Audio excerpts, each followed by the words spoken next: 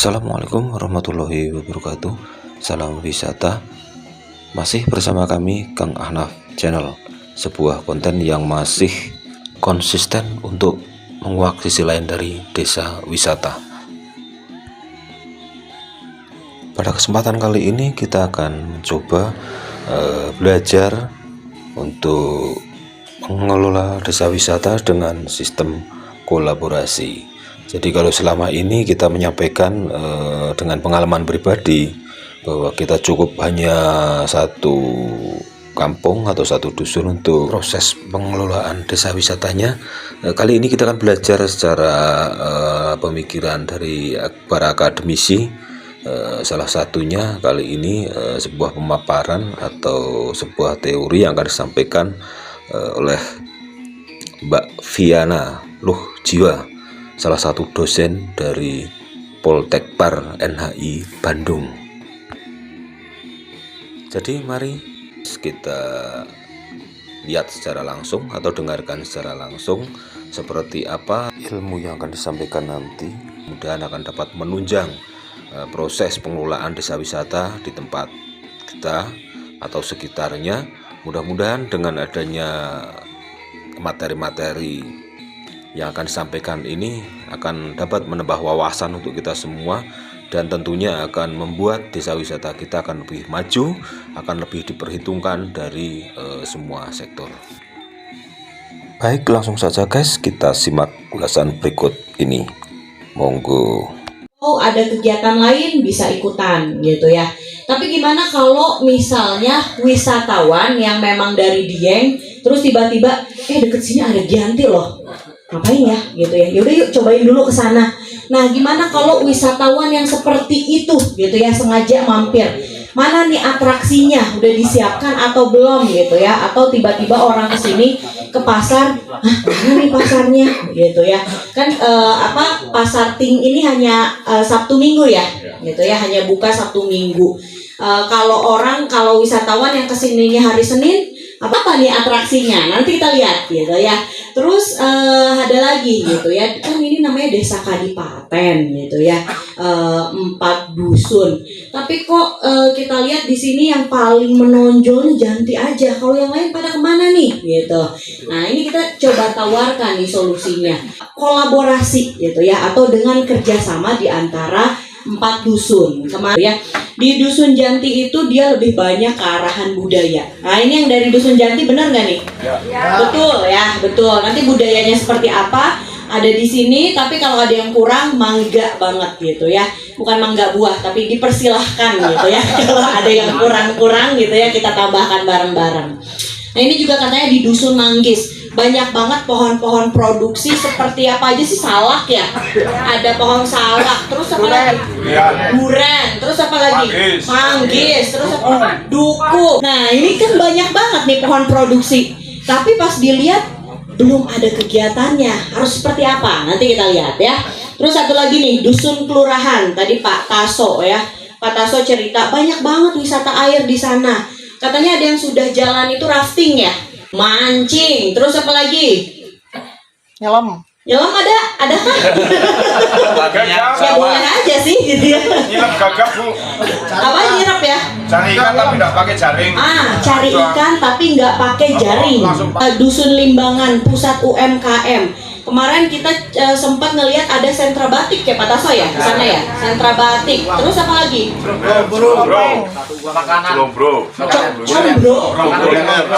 Combro. Mbak, kalau menurut saya sih biasa aja itu gitu ya. Biasa aja menurut bapak-bapak gitu ya. Tapi orang Bandung gitu yang baru lihat ke sini, oh gini ya caranya, misalnya oh gini ya pohon produksi ya, di sini ada yang dibuat kerupuk ya gitu. Nah itu bisa menjadi salah satu daya tarik. Kita lihat lagi Pak.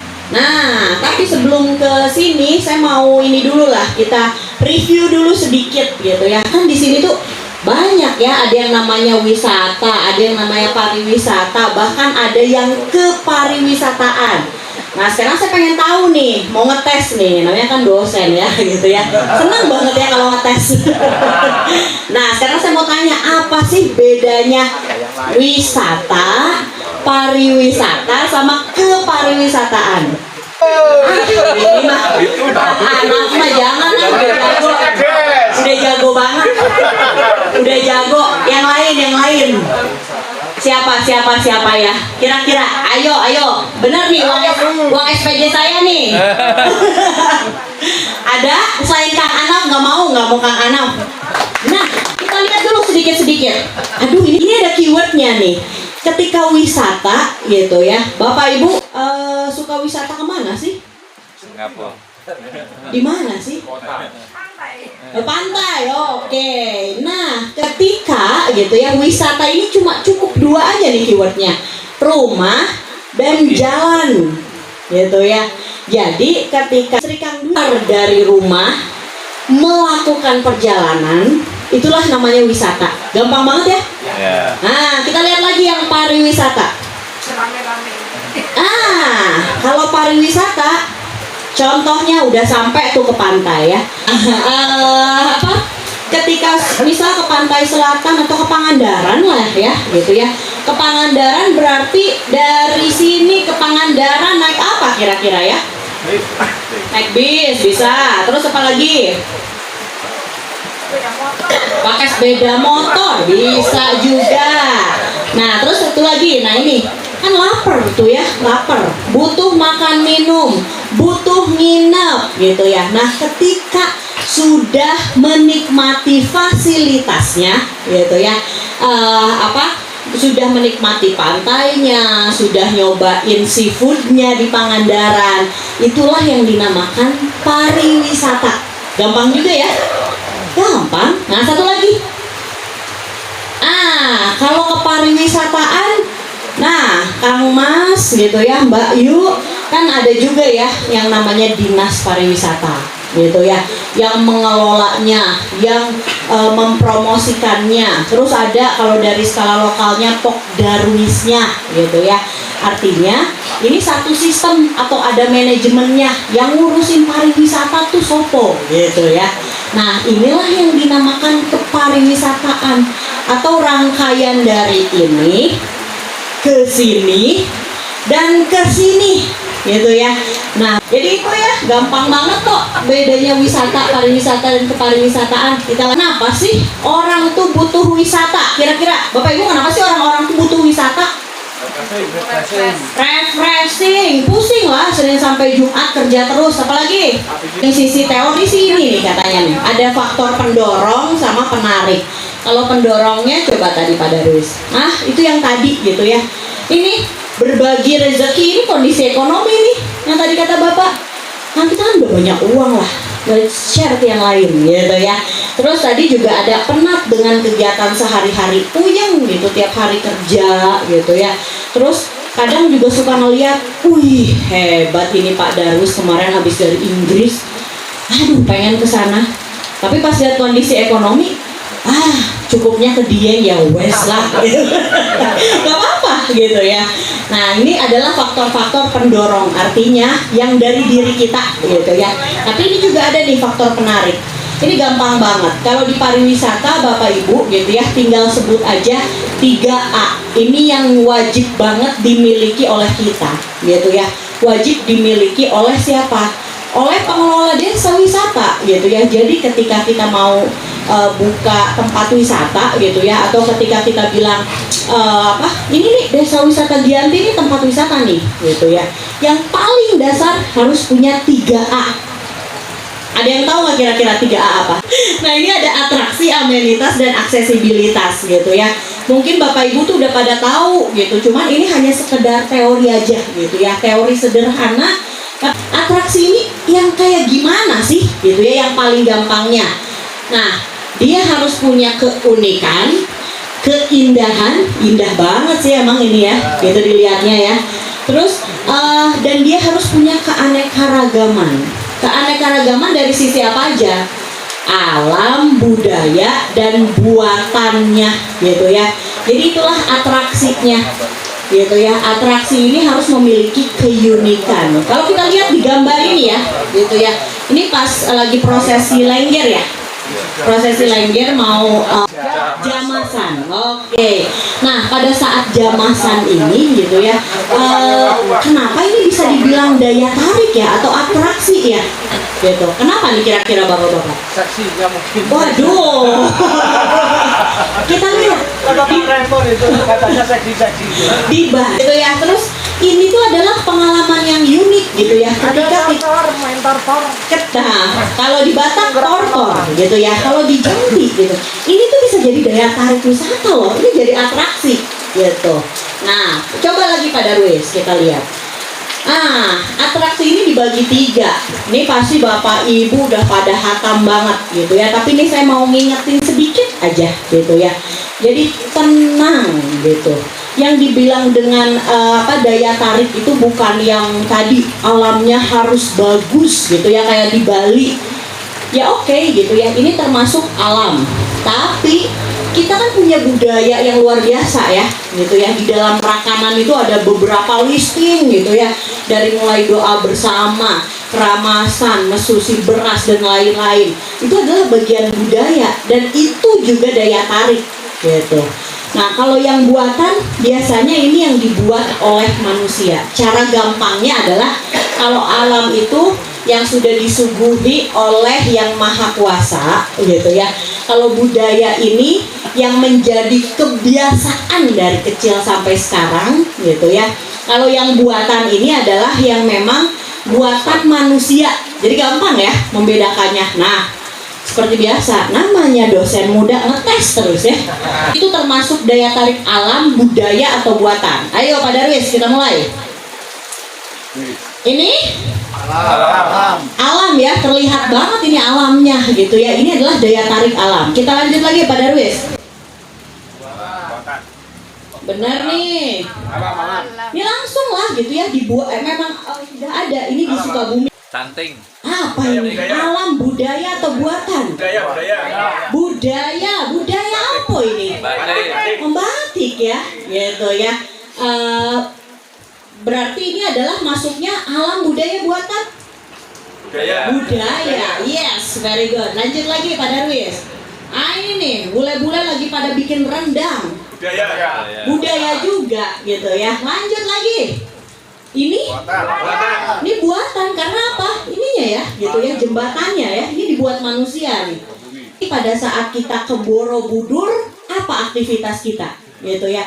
Kan pengen melihat kenapa sih Borobudur itu tercipta? Artinya kebiasaan orang gitu ya, ingin mengetahui gitu sejarahnya. Kalau sejarah artinya budaya. Yes, bagus banget. Lanjut lagi Pak Darwis. Nah, Taj Mahal di India. Budaya juga karena. Nah, lanjut lagi. Ini jelas buatan lah. Lanjut lagi. Ini di Dufan ini ya. Buatan. Gampang banget ya. Kita membedakan atraksinya gitu ya. Ada alam, budaya dan buatan. Nah, kita lanjut. Yang kedua adalah 3. Yang kedua itu amenitas. Jadi Bapak Ibu, kalau amenitas tuh segala macam fasilitas atau pelayanan. Nah, ini kita bagi 2 juga nih. Ada yang sifatnya umum, ada yang sifatnya pariwisata. Kalau umum itu yang ngapain gitu ya? Kalau umum ini adalah untuk wisatawan bisa, untuk masyarakat bisa, semuanya bisa gitu ya. Tapi kalau fasilitas pariwisata memang dia dikhususkan untuk wisatawan. Gampang juga ya gitu ya. Nah, ini ya ada beberapa gambar lagi gitu ya. Silahkan tebak aja lah gitu ya. Kita lanjut Pak Darwis. Nah, kita exercise. Kalau ini fasilitas umum atau pariwisata nih? Pariwisata ya. Kenapa pariwisata nih? Karena biasanya digunakan oleh wisatawan gitu ya buat nginep. Lanjut. ATM. Umum lah gitu. Lanjut. Nah, ini akomodasi ya gitu ya, hotel-hotel yang ada di Ciwidey. Pariwisata bener, karena gitu ya. Misalnya Pak Taso kesini nggak bayar, boleh kah? Ya enggak dong gitu ya. Tapi kalau Pak Taso bawa uang 1 juta, mau nginep di sini gitu ya, boleh. Kurang 1 juta kurang. Kurang juga ya 1 juta ya. Ini mahal 3.500.000 ya. Lanjut. Nah ini juga ada, ini di Bandung juga nih sama gitu ya. Ini di arena camping ground tapi yang lebih kekinian nih untuk anak-anak muda. Ini biasanya umum apa pariwisata? Pariwisata juga. Lanjut lagi Pak Darwis. Nah ini sepeda-sepeda yang disewakan? Umum gitu ya, bebas gitu ya. Nah perlistrikan lah, umum lah, jelas banget. Tepuk tangan dulu dong, berarti udah sampai amenitas ya. Oke, dan betul semua lagi. Nah lanjut. A terakhir adalah aksesibilitas. Aksesibilitas yang gampangnya tuh kayak gimana gitu ya. Yang gampangnya adalah segala jenis nih ya sarana dan prasarana transportasi yang mendukung dari ini asal wisatawan ke destinasi. Jadi artinya gitu ya, dari rumah Bapak Ibu misalnya mau ke Dieng deh gitu ya, gampangnya ada yang pakai mobil, ada yang pakai tadi pakai bus, ada yang pakai sepeda motor gitu ya. Nah aksesnya jalannya kemana aja gitu ya. Nah yang dinamakan dengan motor gitu itu juga termasuk dengan aksesibilitas gitu ya. Terus kita lihat contohnya aja. Nah ini ya contohnya, orang mau dari Bali mau kemana Pak? Orang dari Mataram deh atau Lombok mau ke Bali, berarti aksesnya bisa pakai apa aja nih Pak? Pertama pesawat gitu ya, terus apa lagi? Kapal. Pakai kapal ya, terus apa lagi? Renang Monggo bae Bapak ya. Nah selama di Bali juga sama, kita sewa mobil atau sewa sepeda itu juga aksesibilitas dari satu destinasi ke destinasi lain. Nah kita langsung ke aplikasinya.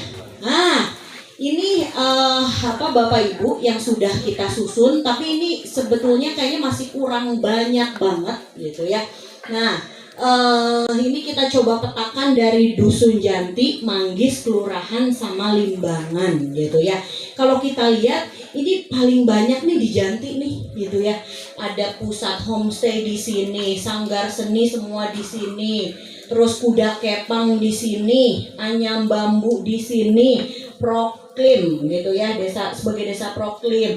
Terus ada kebun jambu, Pasar Ting sama pusat penari lengger semua di sini gitu ya.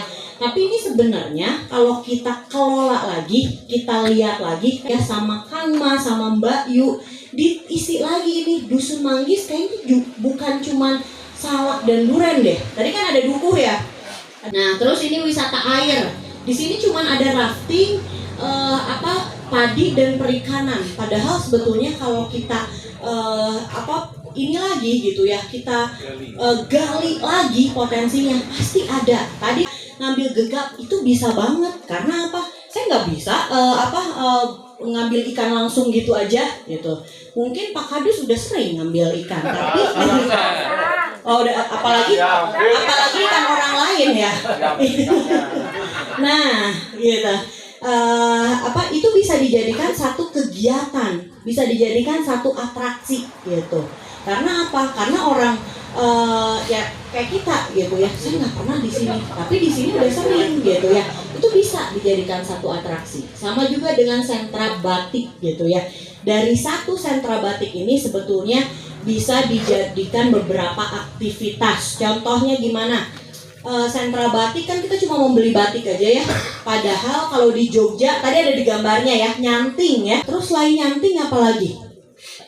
Kan ada juga sekarang tuh kalau waktu pas saya dengan Pak Taso waktu itu di Lasem gitu ya, kita ngelukis pakai ampas kopi gitu ya. Nah, itu sebetulnya kegiatan yang simple gitu ya, tapi bisa dikemas kok gitu. Nah ini yang sudah dilakukan oleh Desa Wisata Giyanti nih, kita lihat ya. Langsung aja Pak Darwis, cepat aja. Ini saya dapat dari Kang Ahnaf nih datanya. Nah kita lihat dulu ya, kita pelajari dari yang sini aja nih. Rakanan Giyanti 1 hari 120.000 per pax-nya gitu ya. Kegiatannya adalah pertama ziarah leluhur, ritual rakanan, kirap tenong, nyaksiin pentas kuda kepang, tarian lengger. Nah ini kan masih dalam satu dusun ya, berarti masih di sini terus ya. Nah terus fasilitasnya bisa pakai pakaian adat, keren banget, makan satu kali dan udah ada local guide gitu ya. Tapi gitu ya, gimana dengan potensi yang lain? Ini saya mau kasih beberapa ide-ide aja gitu ya, yang sudah pernah tim lakukan.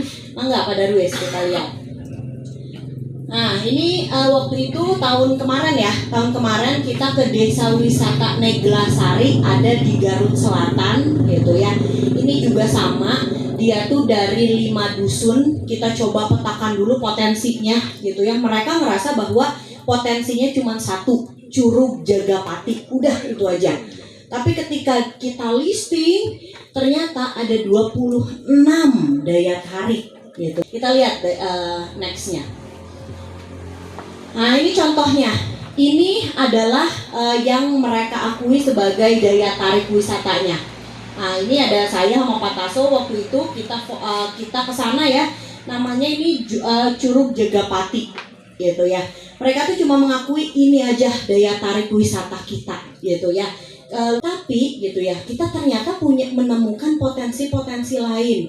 Nih, contohnya ini produksi pisang ya, pisang sale gitu ya.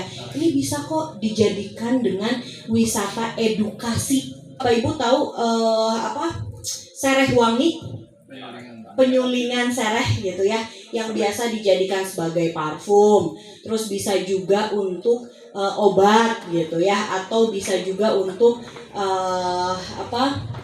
banyak ininya gitu ya, untuk sereh wangi.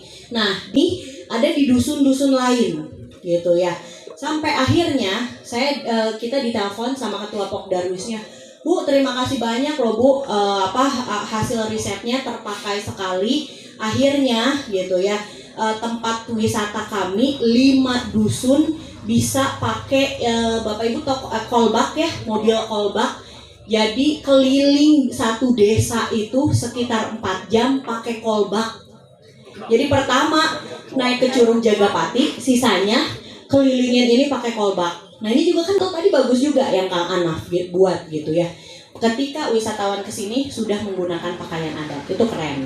Nah saya yakin banget gitu ya, kami yakin banget Janti yang memang sudah punya jati diri lengger gitu ya, itu bisa banget dikemas dengan cara apapun ya, bisa menjadi seperti inilah gitu ya. Kita lanjut lagi.